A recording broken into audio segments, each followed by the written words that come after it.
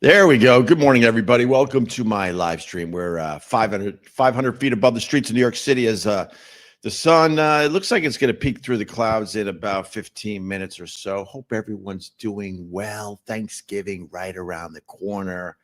I was hoping to have a fun last live stream before Thanksgiving, but,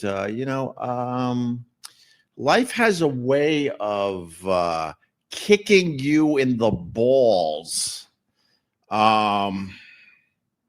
Last I left you, had a fun live stream with Ron the Waiter and Tony P.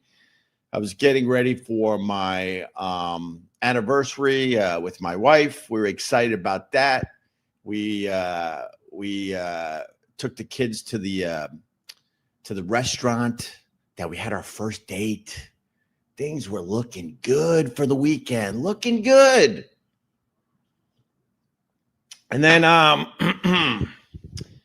and then I get a call from my older sister, and she basically announced to me that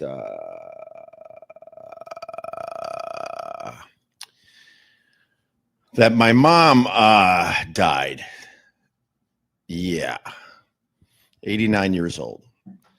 And I've been leaking tears ever since, if you want to know the truth. And I don't want to do this live stream today, but my friend Ron the Waiter is like, man, you gotta do it. So he should be on in a few minutes, and we're gonna probably roll through this, but I have very, very mixed emotions about the passing of my mom, 89 years old. I'm not going to sugarcoat it. She died alone. She died knowing that all her kids stopped seeing her years and years and years ago. And that's where we're at today. Extended family reaching out, basically saying, try to see the good. They all knew that we had a very, very tough mom, a mom that rarely gave us a break, a mom that brought a lot of sadness, a lot of negative energy into our lives. Is there good in there? Sure, there's a lot of good, but like I told my brother, I'm pushing through the sludge today and yesterday to try to find the good, and hopefully we'll get to that point eventually. But here he is, Ron the Waiter. Hi, Ronnie. Good morning, everybody. What's going on, man? Well, what's going on with you? That's the real question. You know what, Ron? I'm actually good. What I don't like about the passing of my mom at 89 years old is it just stirs up, I should say. It just stirs up a lot of shit. Hold when on, you work I have a on question. yourself, when you try to move on from situations, when you put up boundaries, when you decide, when you make very tough decisions and decide you're actually going to remove people from your life. A lot of that stuff just settles down all nice. 20 years of therapy and surrounding myself with good people. All that stuff settles down nice.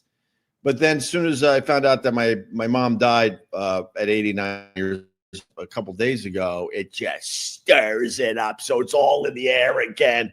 So my thought today is I just want it to settle back down. It'll always be there. Just let it settle back down.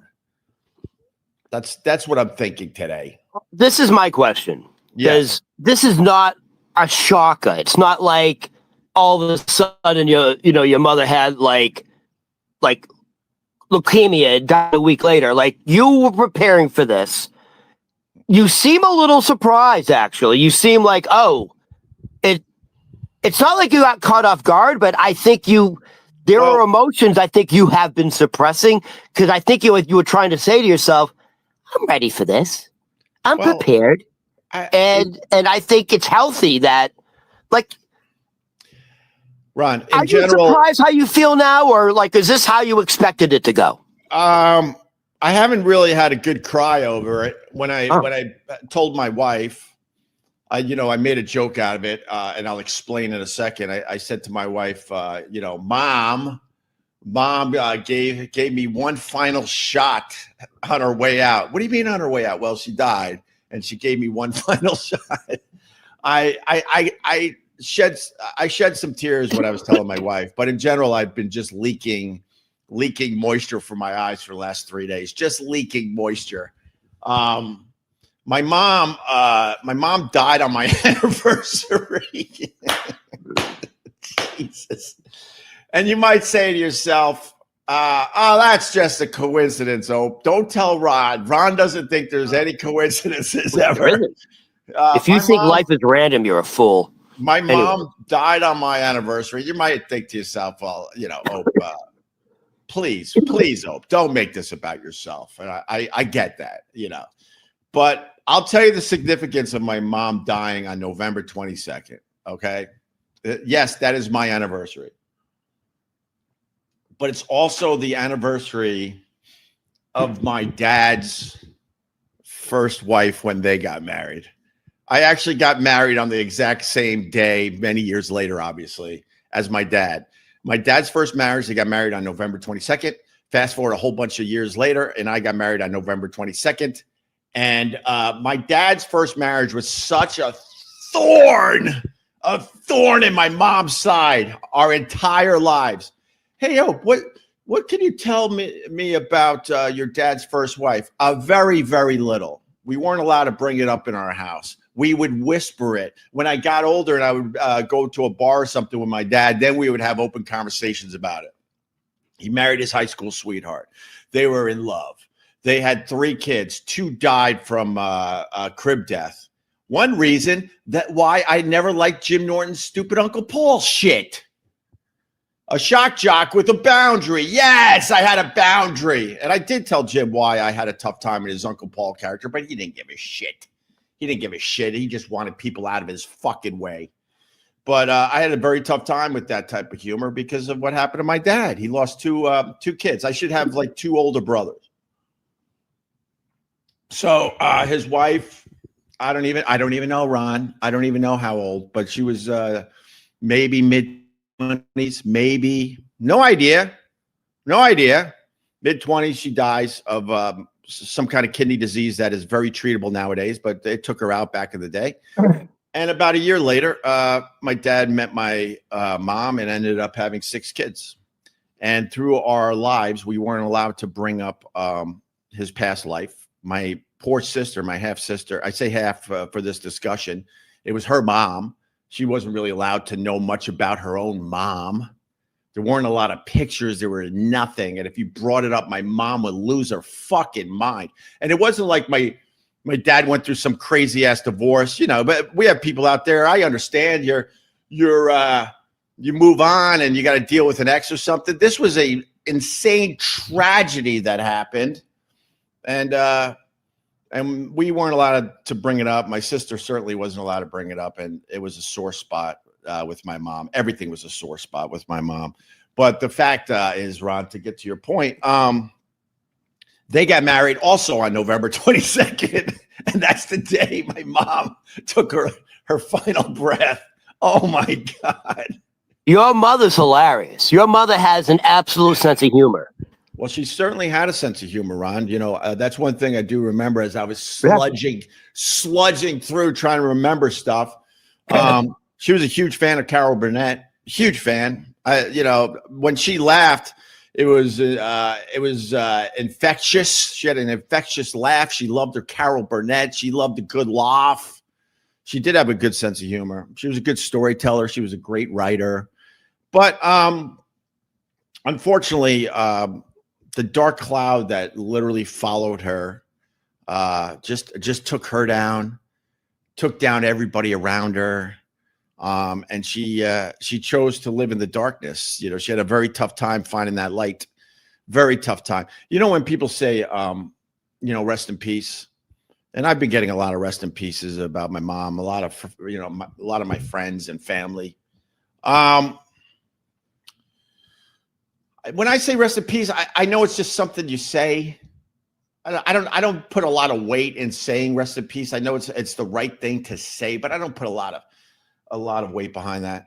But I got to tell you, the one thing I was thinking about is like my mom is finally, and I mean this, finally at peace for real. There are a lot of people, they have an amazing life and they die, and you're saying rest in peace, and I'm thinking, no, they want to still be living. That's why it's weird to me to say that.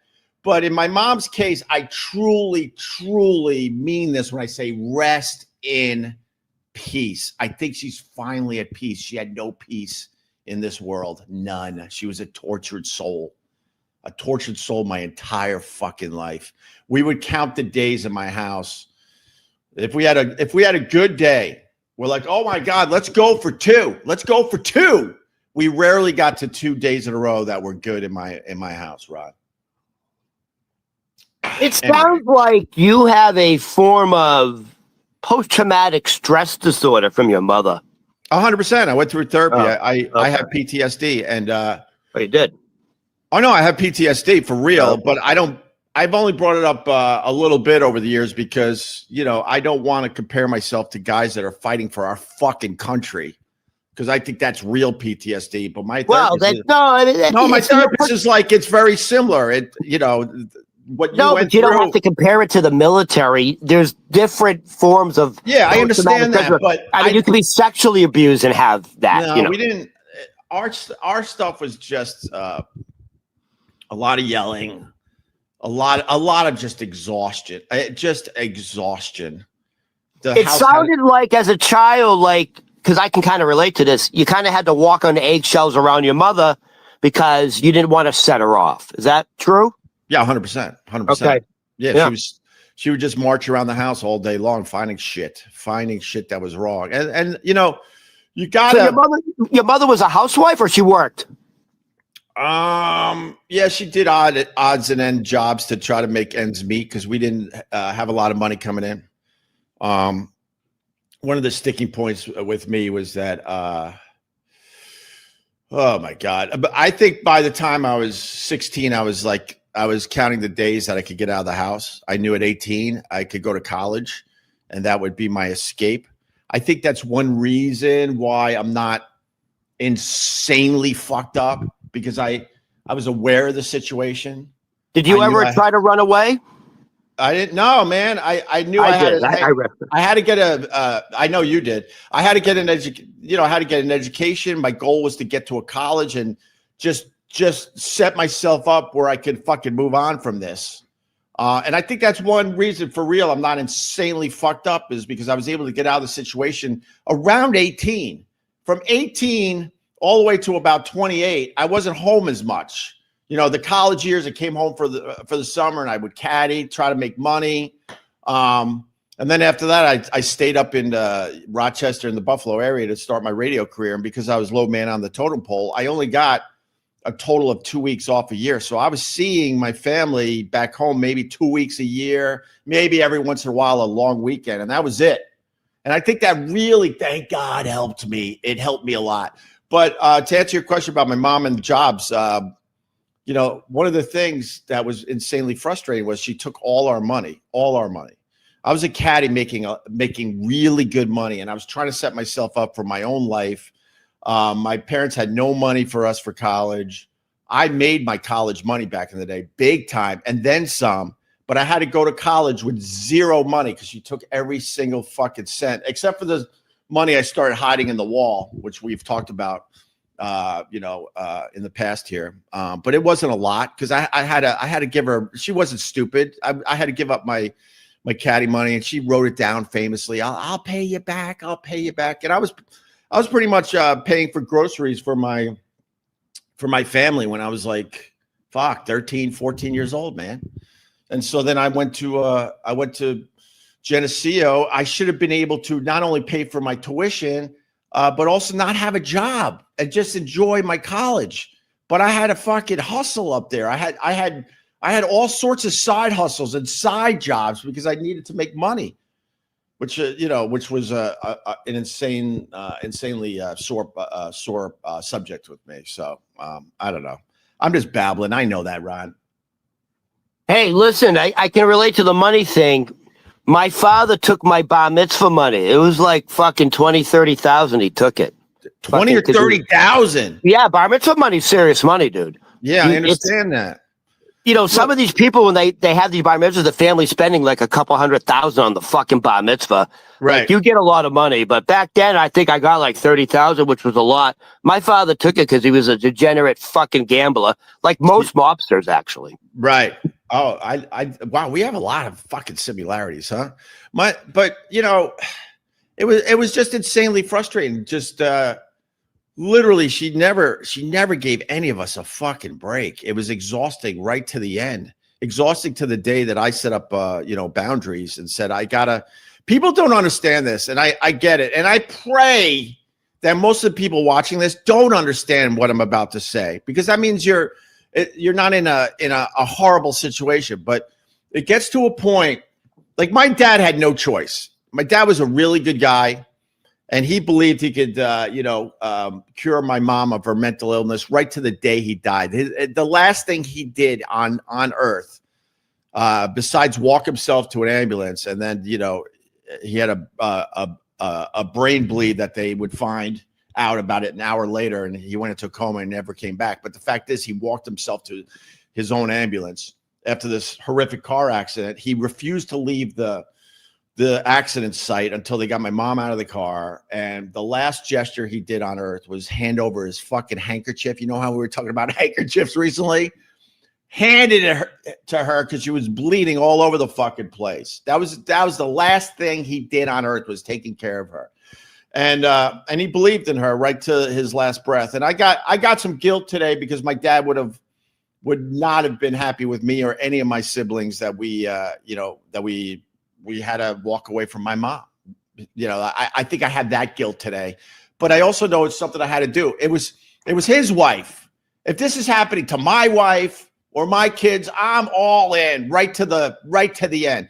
But what you learn through therapy is that sometimes, you have to let go for the sake of your own goddamn family. I let go for myself, for my wife, and for my two kids, and I had no choice. And it wasn't an easy decision to do whatsoever. And I questioned the decision for years. The fact is, the last time I talked to my mom was 7 years ago, and it was the day that I was let go from SiriusXM.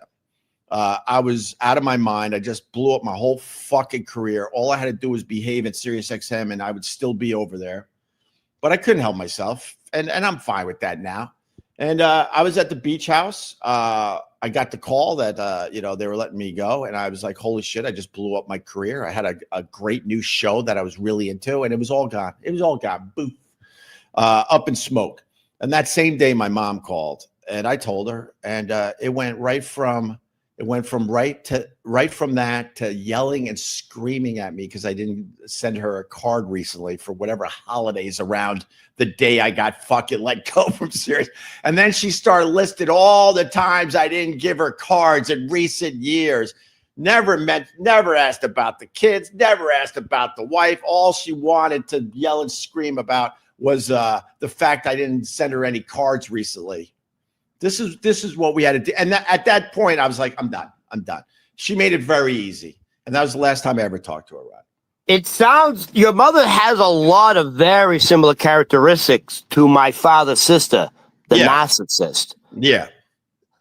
So November 22nd, that's a big fucking date. Yeah. Your mother, by the way, definitely a sense of humor. But how did she do it? How did she will herself to go on that date? Like, you know what I mean? Well, you just can't go, okay, I'm ready. How did that happen? I don't have a timeline. The little knowledge I'm getting about this is that, the last, for a while now, she hasn't really been with us in general. Okay. She's just been, they were actually, I think, pretty surprised she was still alive even. and then she taps out. But she died on November 22nd, right? Oh yeah. So that's what I'm saying. Like, How does that process work when she said, fuck it. I'm gonna one last jab on the two big wedding days. She willed herself to go. You understand that? Well, she willed herself to go. I mean, look, Ron, I will let that sit there. I'm not gonna push back on that. It is absolutely strange. Well, I mean, the wedding date is significant because when I got married at the Ritz-Carlton in Philly, and it was at the height of the O&A fucking phenomenon. So I had a lot of fucking money to spend, and we did it up right. We got married at the Ritz-Carlton in Philly, and to this day, people say it's one of the best days of their lives. They had so much fun at our wedding. It was unbelievable. It was almost like a fucking fairy tale fucking wedding for sure. And a day or two after my wedding, my mom called me to yell and scream at me because she wasn't treated right at my wedding. and Ron, I'm telling you, that's a narcissist right there. That's a narcissist. I'm telling you right. I'm telling you right now, we treated her right. She needed a lot of attention, a lot. Physically, she needed attention. Mentally, she needed attention. And my thought at the time was,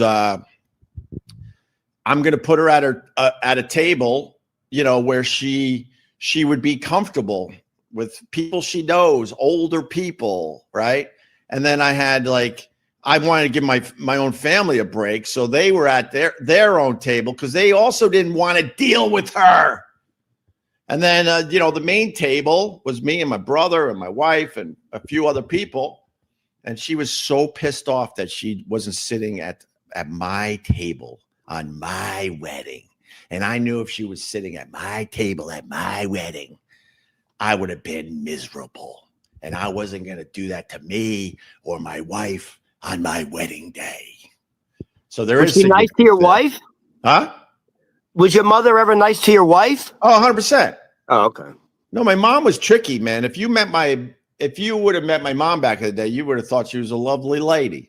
No, I'm telling you, they're devious people. I know. I can believe me. That's why it's Dr. Jekyll, Mr. Hyde. She knows how to work you, man.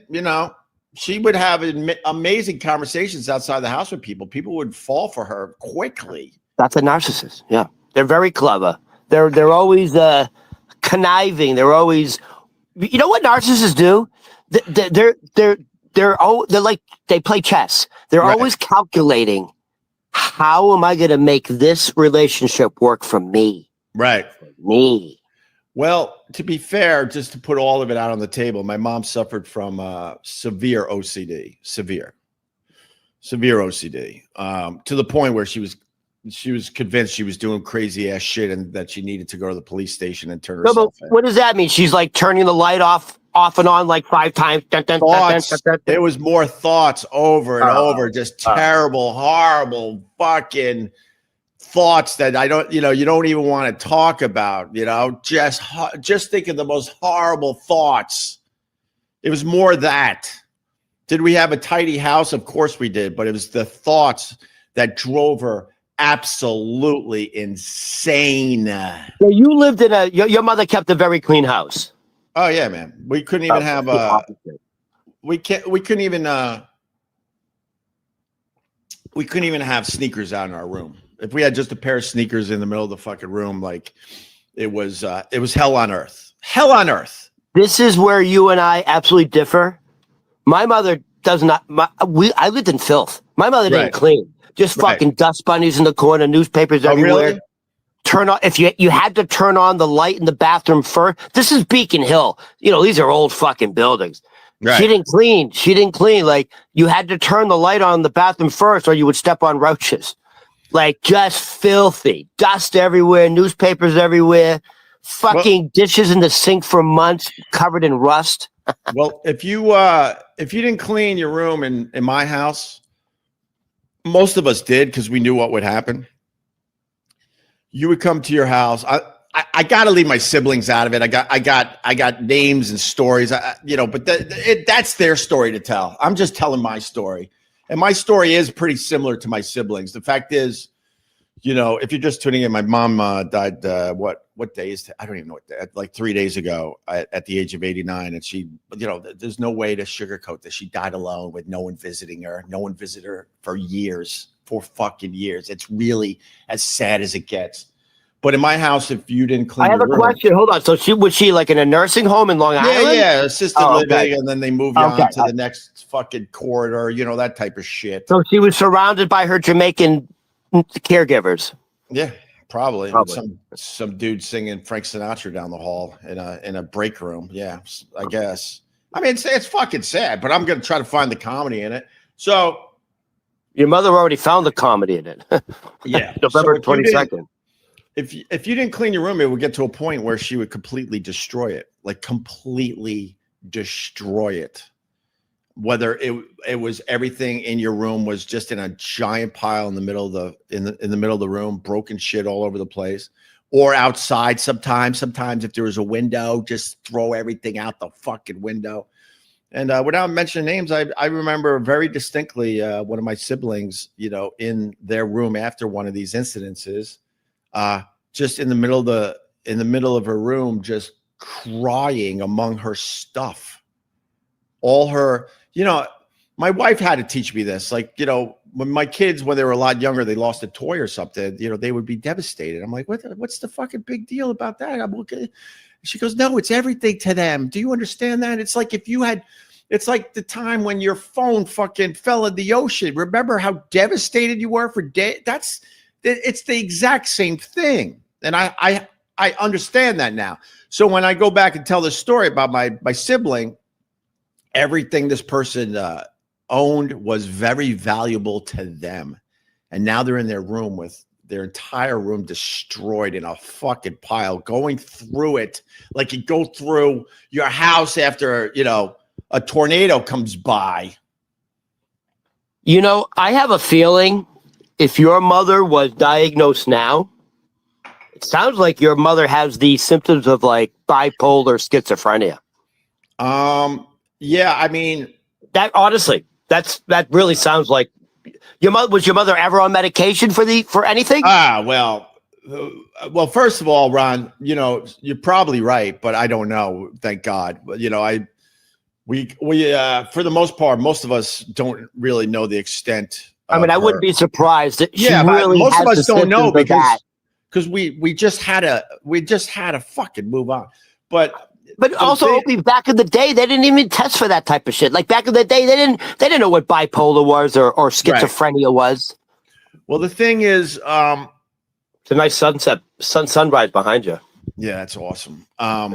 Actually, it's beautiful. It really is nice. I can't wait to get out of the city for Thanksgiving and just like fucking walk that beach and breathe.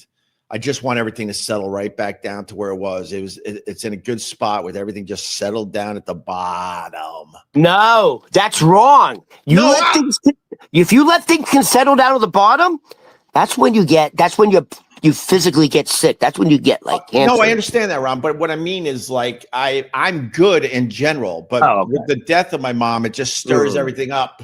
And I'm like, I have a question. And I will go with these emotions. You should go with your emotions. And then I'm looking forward to it settling back down and working on shit from that level. But hold on, I gotta ask. I know you have a question, and save that because I have to answer your other question, which is very, very important. My mom, when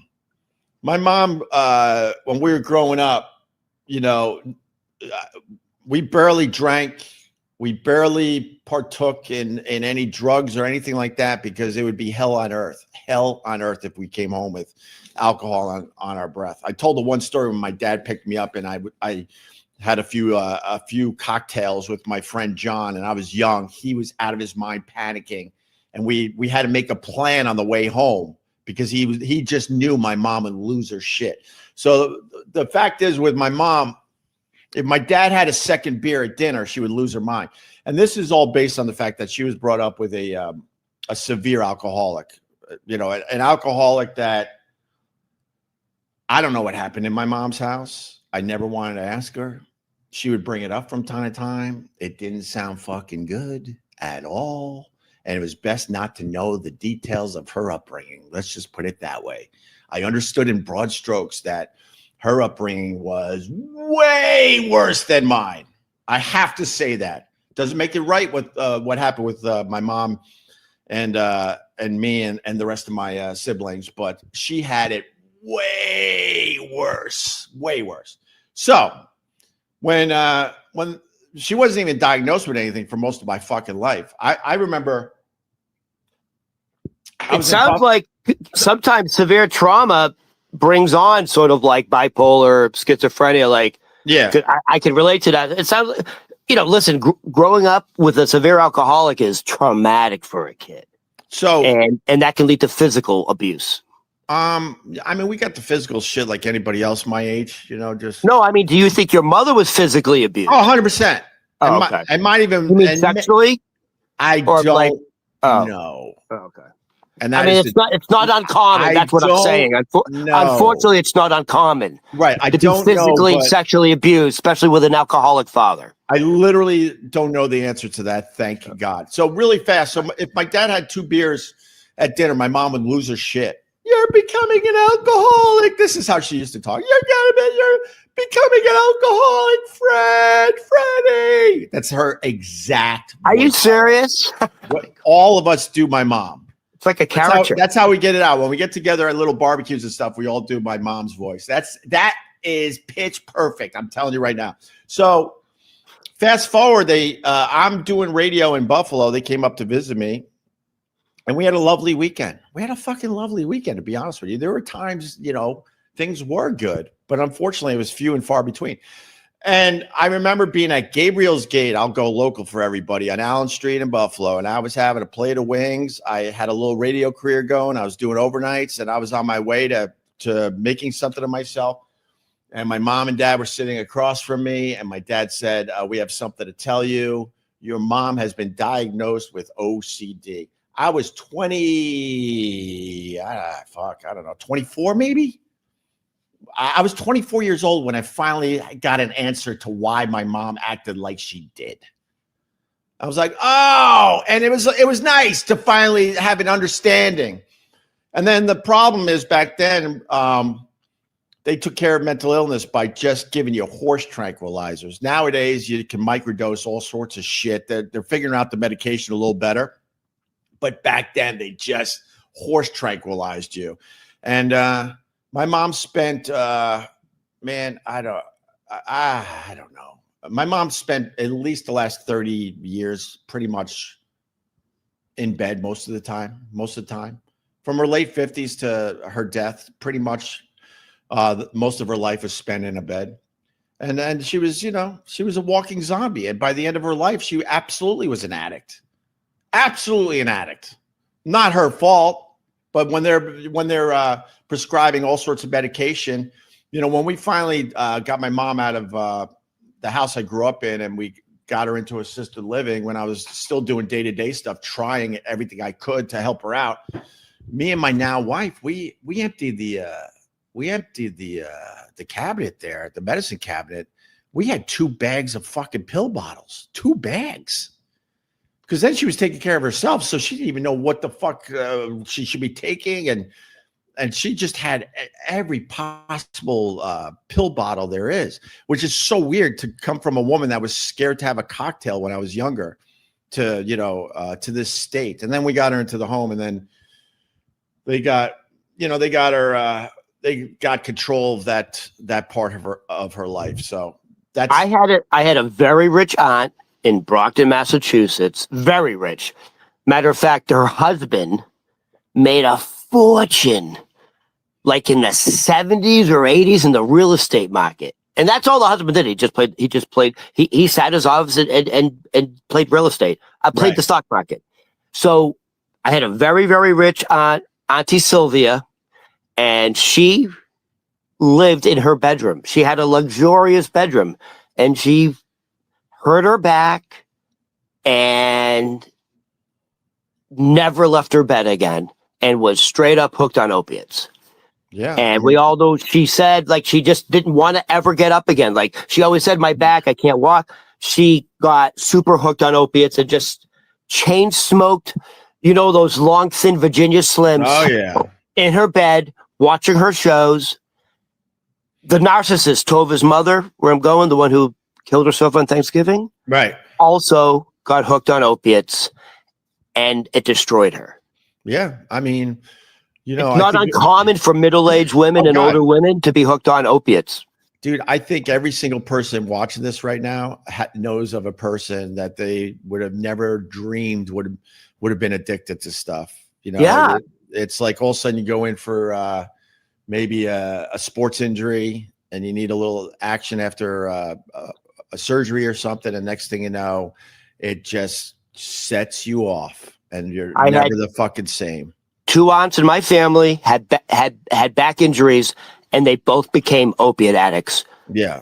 Yeah.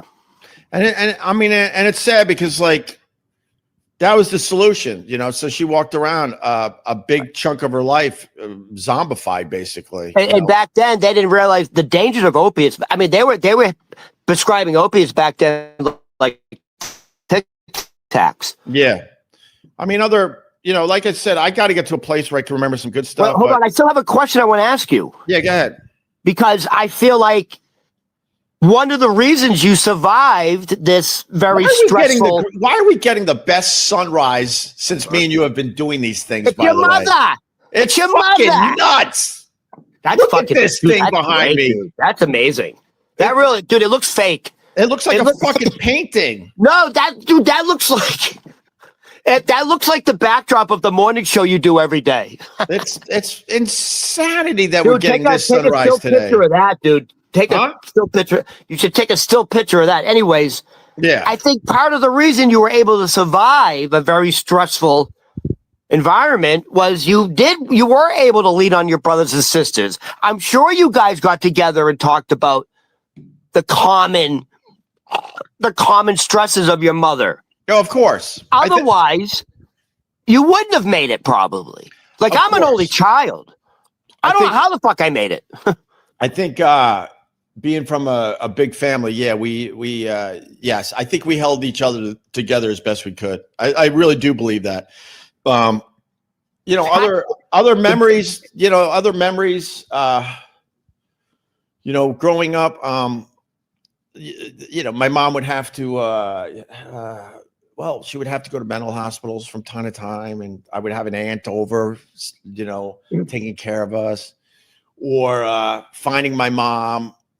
I've never asked my siblings, but I found my mom in the attic once, just in the middle of a fucking breakdown, and the guilt we would feel, I like I said, I got to speak for just myself, but I know a lot of this stuff is very, very similar. Trust me.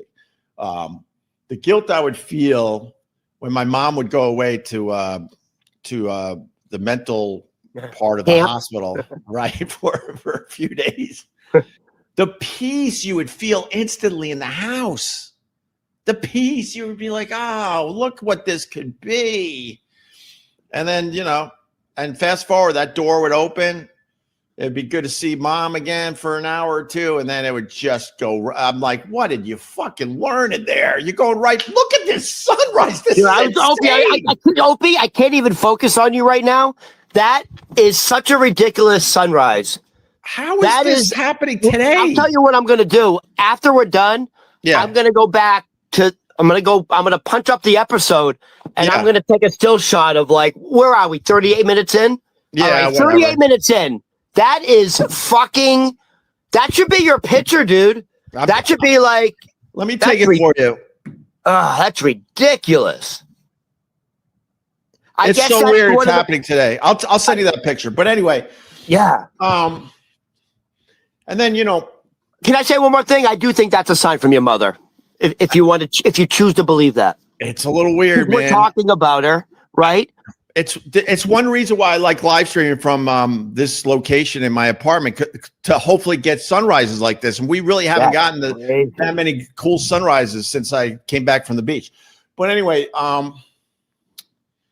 you know, other thoughts, like we weren't allowed to ever confront my mom ever. We knew it was, you know, the lesser of two evils was to just let her fucking run the house like Was that. was your mother like a religious woman? She went to church? She hated the Catholic Oh, Church. okay. They were both brought up very Catholic. She used to tell stories about the nuns and how scary they were and how they beat the shit out of the kids in Catholic school. She's from that generation. Hold on. Let me try to understand what you just said. Your mother and father were both raised very Catholic? Yep. And then they turned out to hate the Catholic Church? Well, my dad realized that the Catholic religion wasn't telling the full story. Right. He was really obsessed with that, and he loved digging into all the scrolls and all the stuff that wasn't actually too public. He was very interested in digging the mysticism of it, much deeper than what the mysticism. Was yeah, because supposedly there's a ton of shit they left out of the Bible and all this stuff. Right. And I just find it odd that like if you go all of that. Yeah, huh? I just find it odd. I find it odd if, like, for your mother, you grow up a strict Catholic and then that hating the Catholic religion. To me, that says something bad happened. Well, no. Well, she would talk about the nuns, and they would physically abuse you in Catholic school. Yeah, she's from that generation. If you have older people of the Catholic faith in your family, they will tell you stories that the nuns were to be feared. They were scary people. They would hit you with rulers on your hands and stuff. They were disciplinarians. It was bad. You know, the reason I say that is because I'm from Boston, and the Catholic Church, there was such a scandal in the Catholic Church in Boston that pretty much, if you're from Boston, either you were molested or you knew somebody who was molested by a priest in Boston. That's why I'm like, that's why I said that. I'm wondering what happened to your mother, but I guess it was the nuns. She would focus on the nuns, and then she turned her back on religion in general, because I've said it recently. You got to give her a little bit of a break, because she also had 7 kids on top of her issues, and that's not easy. And my mom, I will say this about her: she tried her best with what she had. She definitely tried her best to raise us properly and make sure we had clothes and food and everything else. So. I have another question. Yeah. What the hell did your father do your father must have been making a lot of money to support 7 fucking people. How do you support 7 people? How do you feed them? How do you clothe them? We were in extreme debt. My dad died with not even really a bank account. What did your father do for a living? He was like an entrepreneur. Entrepreneur. Well, he had early success in real estate. And I tell this, and people, I don't give a shit what people believe or not. This is the God's honest truth. My dad ran in the same circles as Donald Trump's father back in the day in Long Island City in real estate. He knew Donald Trump's father. And my dad was pretty successful in real estate back then. But it was also back then when you weren't making insane money like they do today. But he did all right for himself. And that all went away when he met my mom, because my mom, I think the story of my dad is that he was more than capable of providing for a family of a total of 9. But with my mom's issues getting worse and worse year after year, it made it almost impossible for him to even leave the fucking house. So it all went away slowly. And then every once in a while, he had an office in the house I grew up in. He was in there like 16 hours a day, hustling. He turned more into an entrepreneur. And then every once in a while, he would hit on something, and we would have like a huge check come in. And it would be nice, but that money would go away really quickly. And for most of my time growing up, we had very, very little money. Very little money. All right. So here's another question. So what's the next plan? Or like, you having a big funeral? Like, what goes on now? What are you doing? I think she's already been cremated, and I don't think there's going to be a memorial, because that's like just the family. What about the cemetery? You don't have a plot for her? You don't have like a we have your father, right? Yeah, we have plans for that. I don't know how that's gonna. I don't know. She might be buried by just some. She might just be buried with a couple Mexicans and some shovels. No, they don't bury like the family. They're gonna put her, I think, in with my dad. So and I think that's in Long Island. I think that might happen with none of us around, and then maybe eventually. I'll go there. But that's in Long Island? Yeah, somewhere on Long Island. But anyway, what was I saying? So Yeah, so my Sometimes you mom, get together, you put the rock on top of the. yeah, all that stuff. So my mom is like, she didn't like the Catholic faith because she didn't want all of us kids. She told anyone that would listen, she didn't want all these goddamn kids.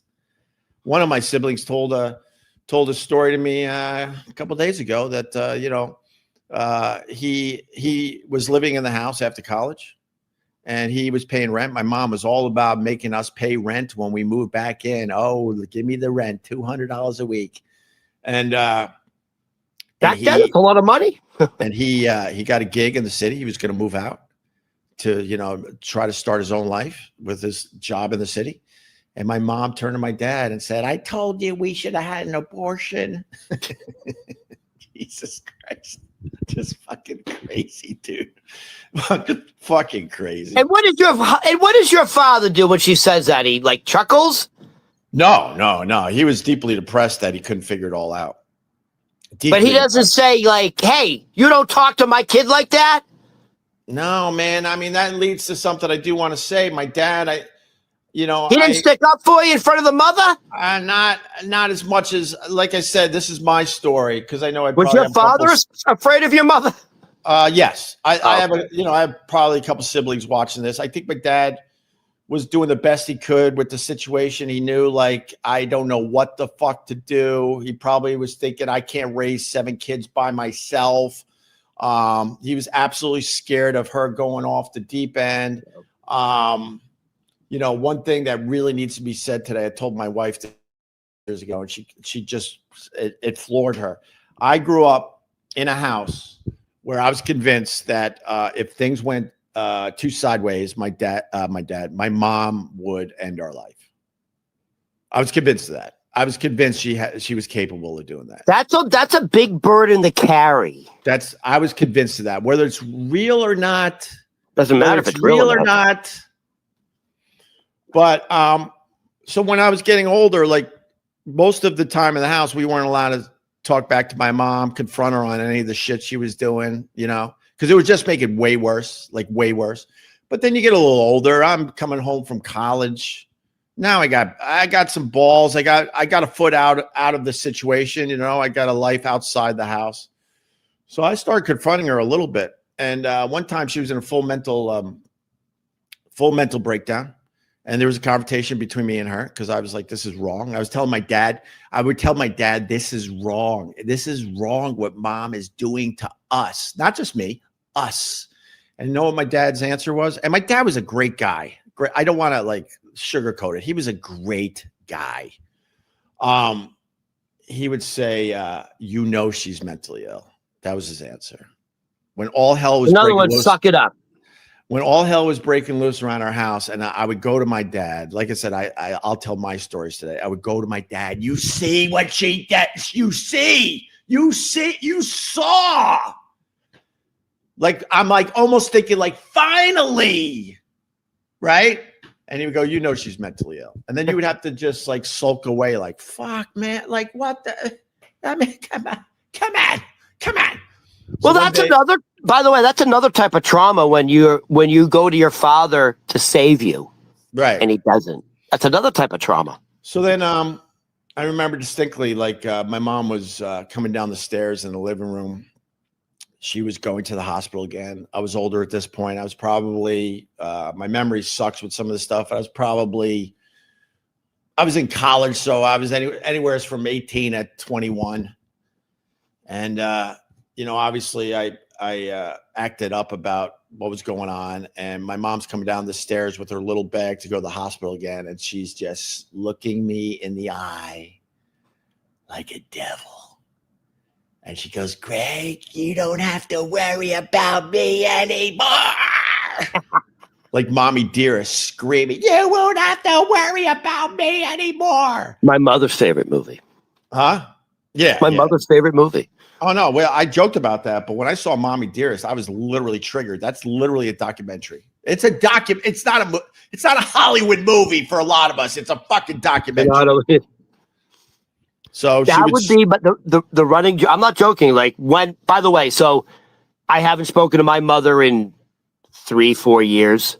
Right. But back in the day, the running joke was for every birthday, I would get a Mommy Dearest birthday card.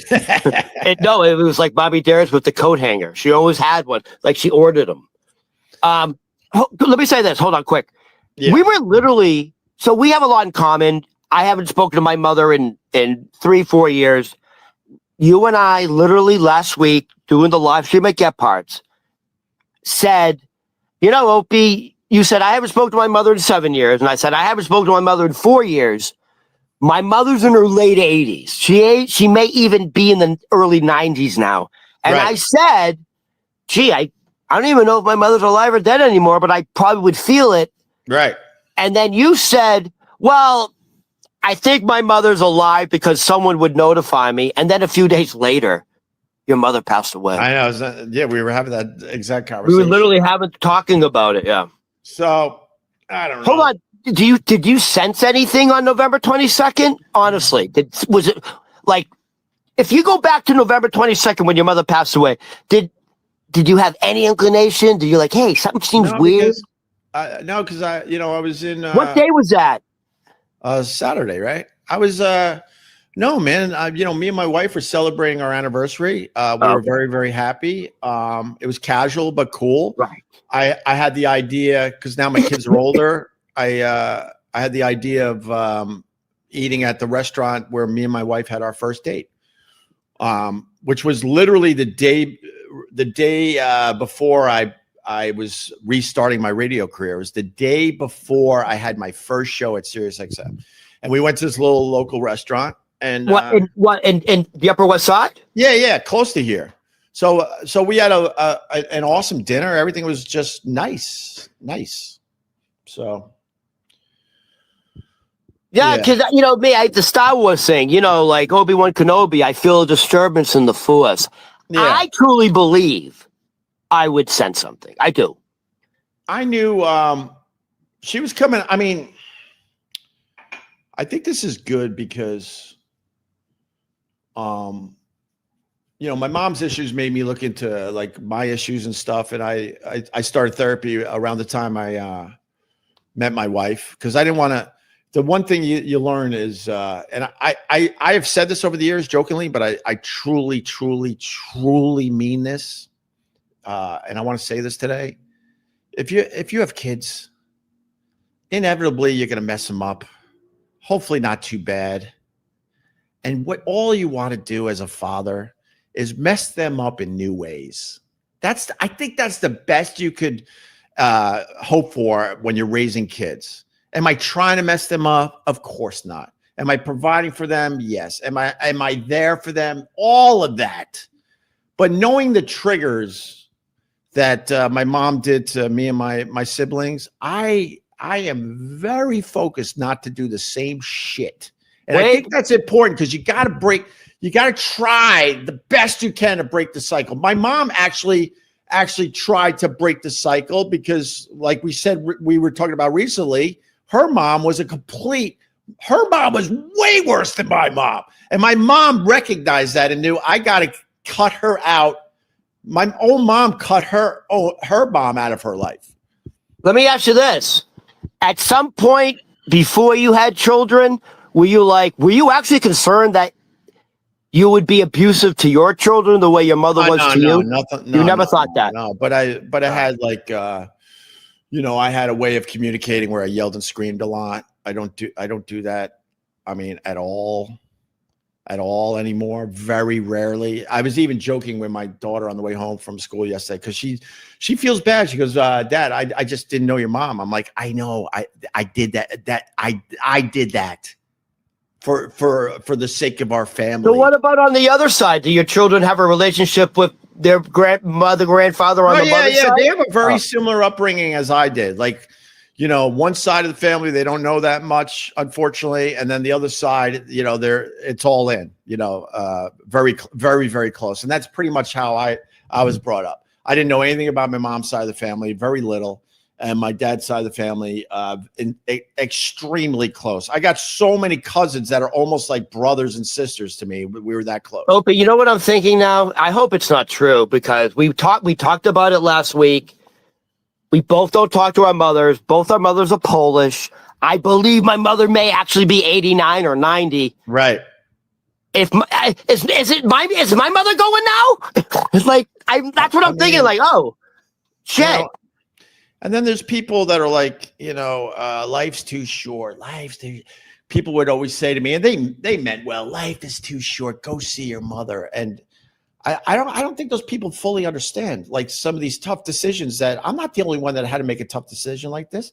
I know I'm talking to people. I'm talking their language today, to cut someone out of your life, like your mom, a sister, a brother, like that's fucking pretty intense. I didn't take that lightly. The fact is, the reason why I'm not having major breakdowns over the death of my mom is that I mourned her passing many years ago. It's finalized on November 22nd, but I had to say goodbye to her a long fucking time ago, bro. When I exhausted everything I could possibly do for her, I had to let go. It takes a healthy person to walk away from a destructive relationship because it's called self-care. You need to step away from that so you can actually be a healthy, productive human being. Yeah, by the way, people say to me, Ron, are you serious? You haven't spoken to your mother in 4 years? What are you fucking? Life is too short. Go reach out to your mother now before you regret it, before it's too late. I'm like, you don't get it. Calling her would be the regret because it's pure saying that. It's pure toxicity. You don't get it. Saying that. And you don't get it. It's harmful for both of us. Ron, we're kind of similar, man, because when people say life is too short to me, I get so mad, and I'll tell you why. The reason I do certain things is because life is too short. Life is too short is the reason why I had to cut my mom off literally 7 years ago. It was because life is too short. There's other things without getting into it. Why don't you do this, Oprah? Do that, Oprah? And my answer always, and they always say, life is too short. Why aren't you blank? And I'm not bringing up people from my past right now because it's not about that. But I will always write them back and say, that's the reason why I don't do it. It takes a strong person to walk away from a loved one who's abusive, because otherwise, if you don't walk away from that person, you become codependent and they will suck and drain your life force and you won't be able to continue on your life's journey. Dude. So it is a very brave thing to do. And you have to do it because life is short. Life is short. Dude, can you put on a red wig, dress a little sexy, put on a little makeup? Because you sound exactly like my therapist. Oh, your therapist is a Jewish woman? Really? That's what your therapist says to you? I had that exact rap. Exact rap.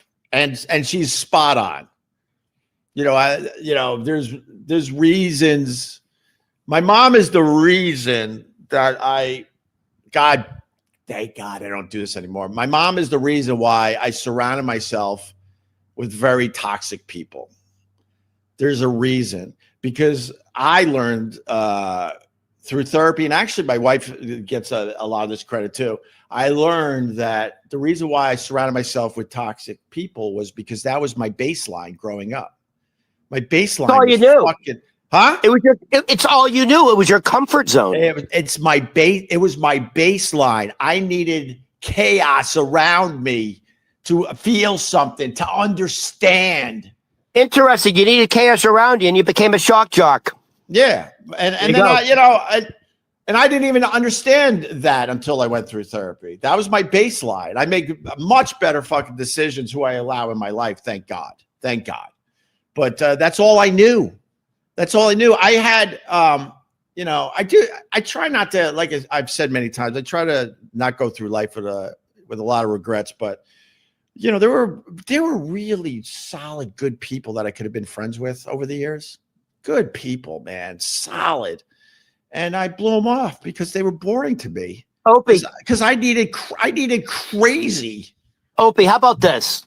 How about something we're getting past 7. How about, I don't want to end on a negative. I want to end on a positive. Give me a beautiful Thanksgiving memory with your mother. Oh There has to be one. There has to. I mean, every Thanksgiving can't be a disaster. Come on. Wow.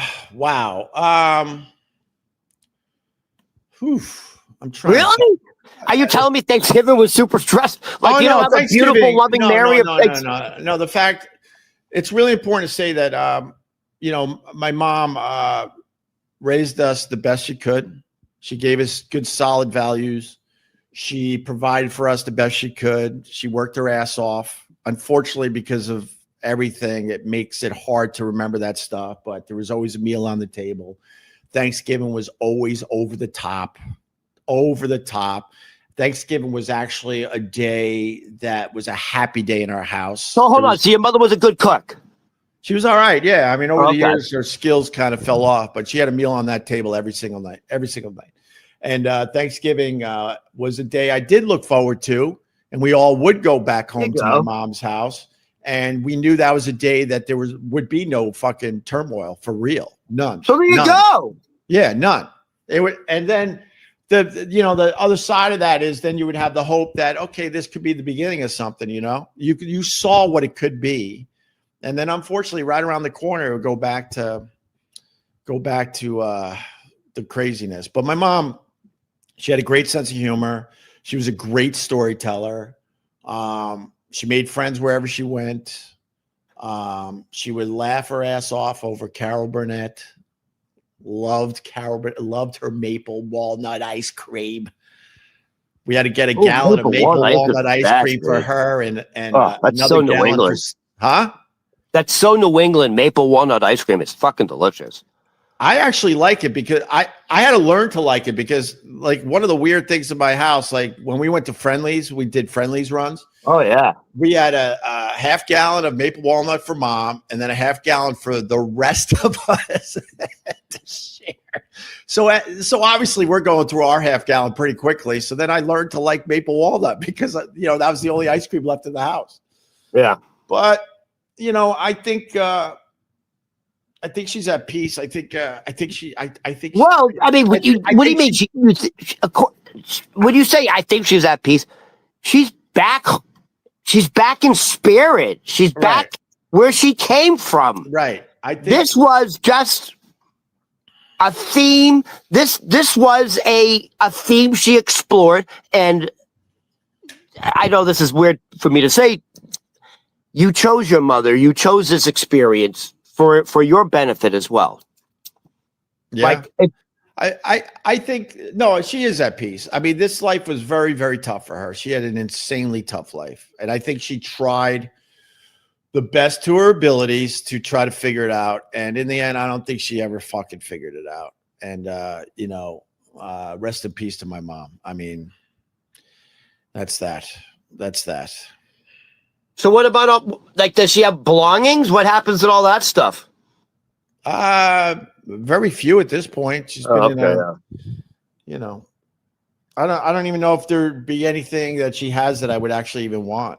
Like, is there like a will? You got money coming? I mean, God bless one of my brothers. He's been the point man with that stuff for a lot of years. And I know that was tough on him and stressful on him. And, I don't know. I'll learn more.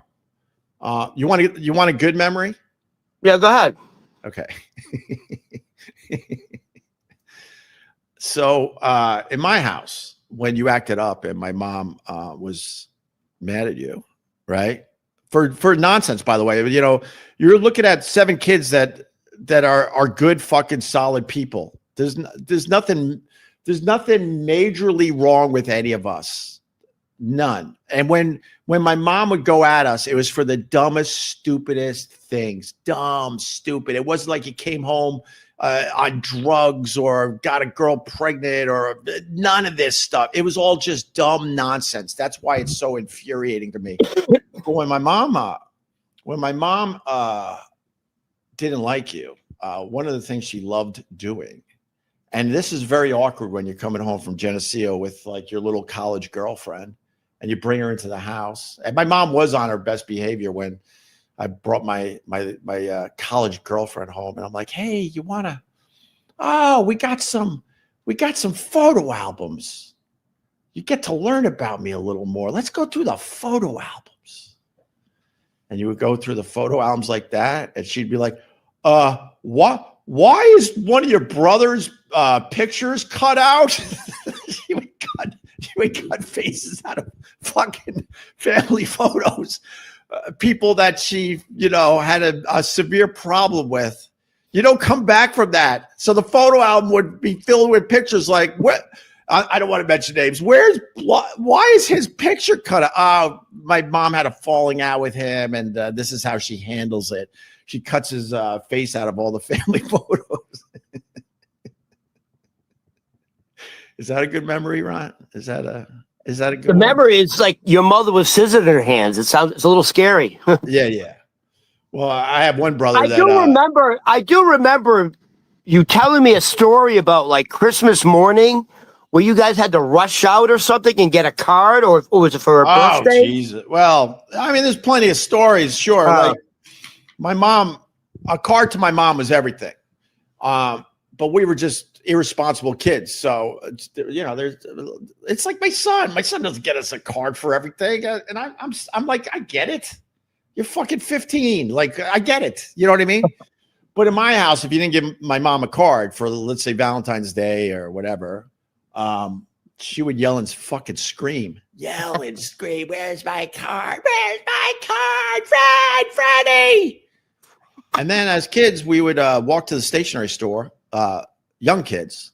I don't think I was a teenager at this point, maybe 12, with tears in your eyes to go get mom's card from the stationery store. And then you would walk home. The stationery store was a short walk for us.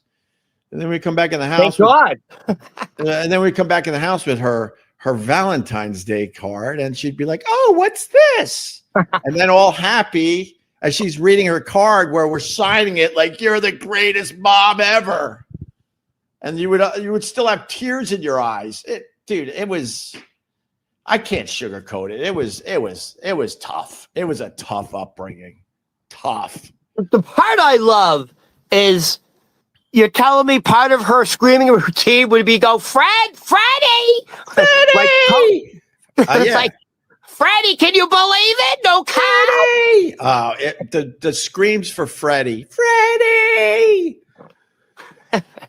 Yeah. That's all hilarious. My dad would want to do is watch his New York Knickerbockers. He just wanted to watch his goddamn basketball game. And he was in the basketball? Freddie! Oh, my God.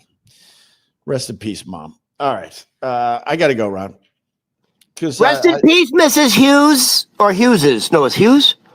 Hugheses. Yeah, sure. How do you pronounce your last name? Hughes. Yeah. Rest in peace, Mrs. Hughes. You have a very nice son. I try to be better every day, Ron. That's all you can do. You got to you got to acknowledge where you come from. You got to acknowledge the possible issues you could have from your upbringing, and you got to do something about it. So the best I could do every day is just try to be a little better every fucking day. That's it. Hey, quick question, just to change the subject a little bit. Yeah. Did you get all your fucking Thanksgiving shopping done in Long Island in one shot? I did. You did. And you know that it was less than $200 out there? I was going to ask you how much it was. Less than 200. And all right. We have everything. Okay. I mean, the only thing I got to get is pies. There's no way it would be under 200 if you chopped in the city. Dude, that would be, I'm telling you, it would have to be at least 350, I would say. Over 3, yeah, 100%. At least. Yes. That's why I did that last week. I don't think, honestly, I don't think people realize how fucking expensive food is in New York City. Oh, yeah. By the way, you can't even buy a steak anymore. You know, meat is up like 25%. It's like $45 to buy like a pork chop in the supermarket. Dude, those are restaurant prices. Exactly. Ron, thank you for getting me to do this today. I wasn't going to do this. Ron's like, you got to do this. I'm like, all right. You have to do it. I mean, I barely said 2 words. This was a therapy session for you. I've been leaking tears all morning, just leaking. I'm not going to break down and cry in front of anybody. This was very therapeutic for you. Very. I literally got just, my eyes are just leaking is the best way I can explain it. Ron, I want you to have a good Thanksgiving. I know you're going to get on a bus. I'm going to have a wonderful Thanksgiving, to be totally honest with you. You know what I kind of want, but it's up to you. I would love to see like what your mother looked like, sort of like in her prime. Like, I assume she was an attractive woman. Do you have a picture of your mother? Maybe. I assume. I'm not even joking. I bet that she was an attractive woman. Yeah, when she. It'd be nice to see what your mother looked like. She she had a nice sparkle. All right. When she smiled. You told me she's Polish, so I know she had great fucking skin, great cheekbones. She was definitely a good-looking woman, and I think the thing that was so frustrating was like you saw what it could be with her. The potential. Come on. The potential. Like every Christmas, like she gave us an amazing Christmas. It wasn't my dad, it was my mom. She gave us an amazing. Here's a memory, Ron. She gave us an amazing Christmas. Like it was insane. You would think you would wonder to yourself, where the fuck did they get this money? We had gifts piled up to the ceiling. Hold on. When you say amazing Christmas, you're talking about the presents, like the amount of presents? The whole thing was well thought out, and and then you learned only years later that they would just max out credit cards to an insane limit. My mom used to cut up credit cards and put them in the wood burning stove so she would stop fucking using them. I got a ton of stories, to be honest with you. I don't even know which ones to tell, but she would give us an amazing Christmas every year. They made sure it was as special as possible. But then I would find my mom a lot of Christmases extremely sad in the corner. She wouldn't do it in front of us. She had some awareness at times. She'd be extremely sad. And that would go back to her goddamn childhood. It's a shame, Opie. Like, his modern medicine, like, your mother's condition is very curable now. It really is. Well, I think I think they've gotten the medication in a better place. Sure. But I could speak like, then you didn't even know how to help her, because like she definitely had the issues, and then on top of that, she's now addicted to all sorts of shit because they just threw tranquilizers at shit.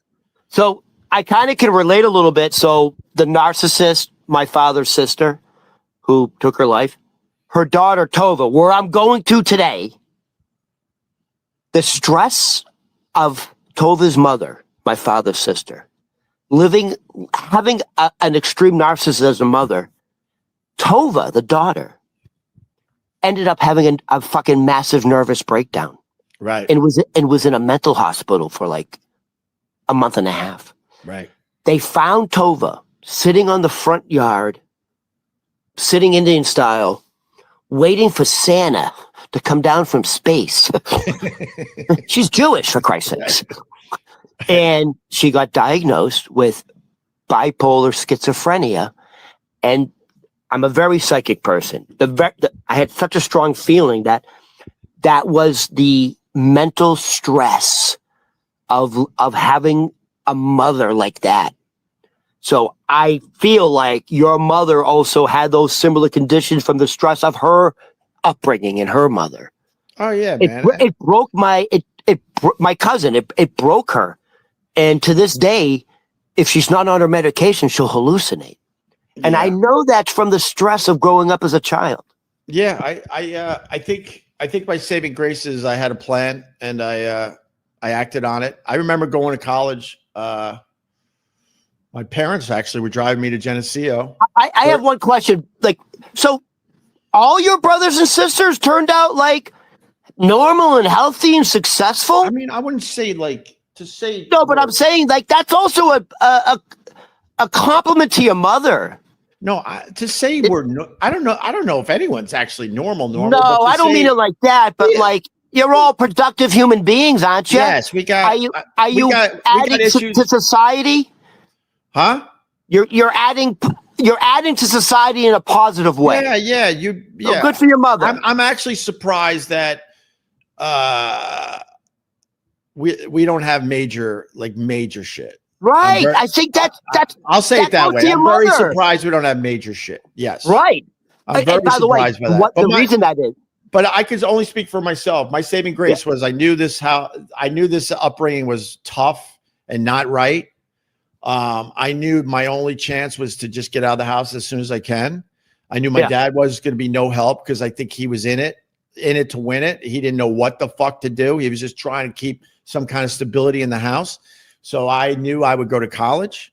Your father was extremely codependent. I knew that would be my foot out the door. And even though coming back into this environment was tough, I also knew that I was on my way to doing my own thing.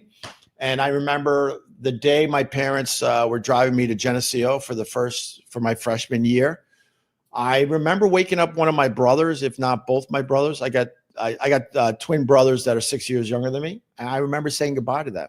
And I wasn't saying goodbye to them like I was saying goodbye to them. Like I knew like my life. You weren't saying goodbye. I'm going to college. I'll see you at break. You're like, see ya. I'm done. Yeah. I'm out. I knew that day when I got in the car and pulled away from my house. Okay, you're older than them. They still okay. I don't know if they look at it this way, but I knew I had to say goodbye.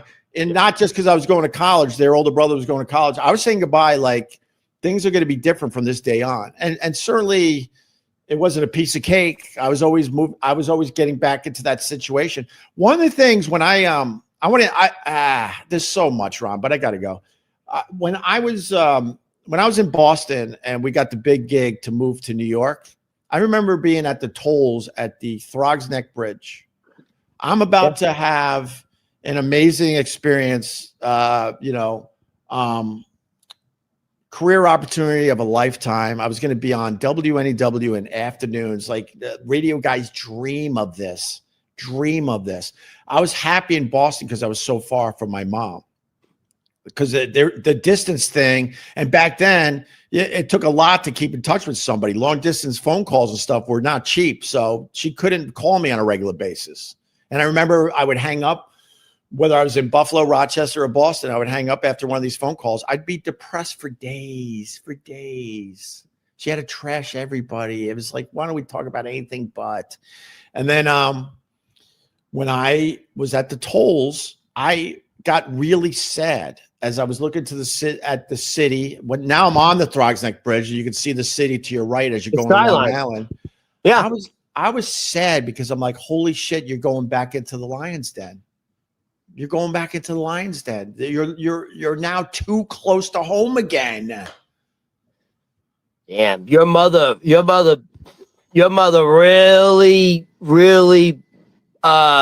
put a spell on you guys. Yeah, and then wow. and then I would have this insane success, and I felt guilty that I was happy. Guilty because every time I had any phone call or interaction with her, she was just literally miserable with her life, and I would feel guilty that I would be feeling happiness. By the way, that's exactly why you have to separate yourself, because you have a conversation with your mother, and it takes you 2 days to recover. If I reach out to my mother now, it would just be. It wouldn't be a good conversation. Right. The last time I tried to reach out to my mother, I said, she was on guard. She didn't know what I was going to do. She didn't know if I was going to yell at her.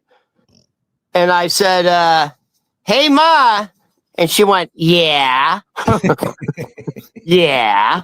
And I said, hey, I sent you something in the mail. It was like a surprise. Did you get it? And she went, is it ticking?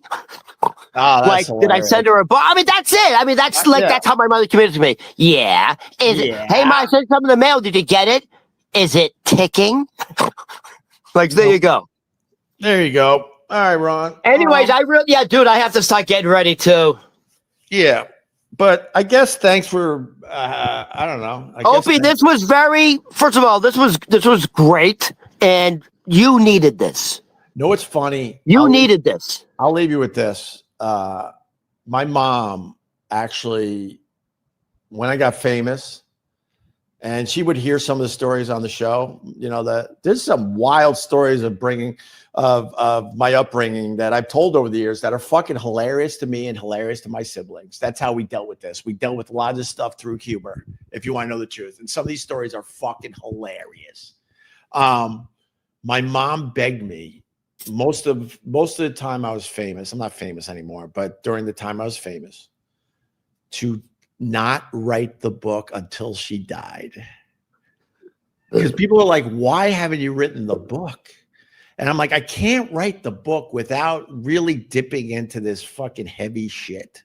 And my mom had enough awareness to go, don't write the book until I die. Simon and Schuster, are you listening? Oh, yeah.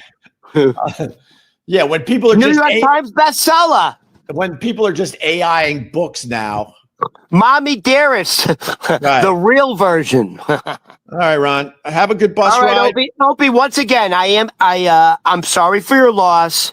Yeah. And yes, your mother truly is at peace now. And you're at peace, which is even more important.